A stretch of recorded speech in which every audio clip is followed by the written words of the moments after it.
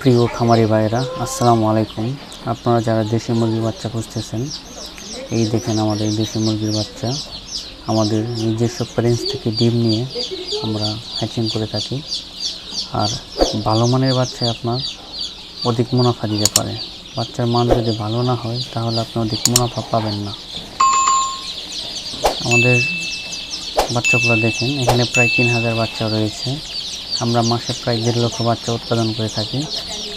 আমরা সারা বাংলাদেশে পরিবহন ব্যবস্থার মাধ্যমে বাচ্চা ডেলিভারি দিয়ে থাকি।